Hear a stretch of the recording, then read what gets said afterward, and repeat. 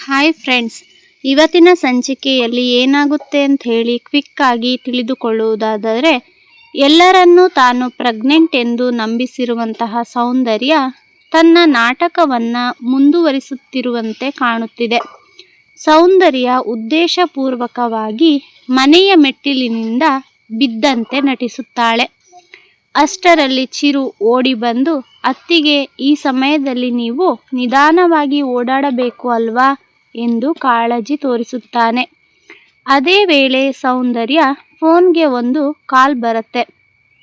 Nurse ಇಂದ ಬರ್ತಾ ಇದೆ.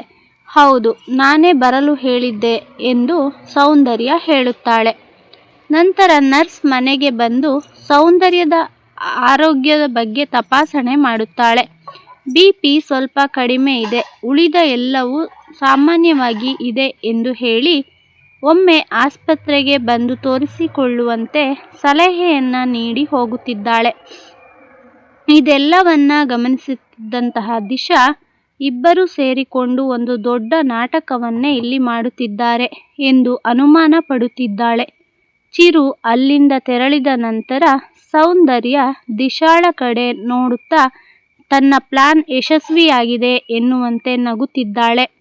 ಇಂದಿನ ಕಥೆಯನ್ನ ನೋಡಿದರೆ ಸೌಂದರ್ಯ ತನ್ನ ಹೊಟ್ಟೆಯಲ್ಲಿದ್ದಂತಹ ಮಗು ಬಿದ್ದ ಕಾರಣ ಅಬಾರ್ಷನ್ ಆಯಿತು ಎಂದು ಎಲ್ಲರ ಮುಂದೆ ನಾಟಕ ಮಾಡಲು ಯೋಜನೆಯನ್ನ ರೂಪಿಸಿರುವಂತೆ ಕಾಣುತ್ತಿದೆ.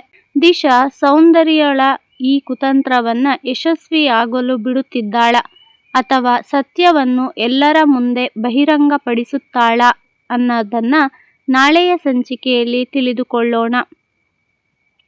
ದಿಶಾ ಸೌಂದರ್ಯಳ ಪ್ಲಾನನ್ನು ಯಶಸ್ವಿಯಾಗಲು ಬಿಡುತ್ತಾಳ ಅಥವಾ ಇಲ್ಲವಾ? ನಿಮಗೆ ಏನು ಅನಿಸುತ್ತಿದೆ ಎಂದು ಇದರ ಬಗ್ಗೆ ನಿಮ್ಮ ಅಭಿಪ್ರಾಯವನ್ನು ಕಮೆಂಟ್ ಮಾಡಿ.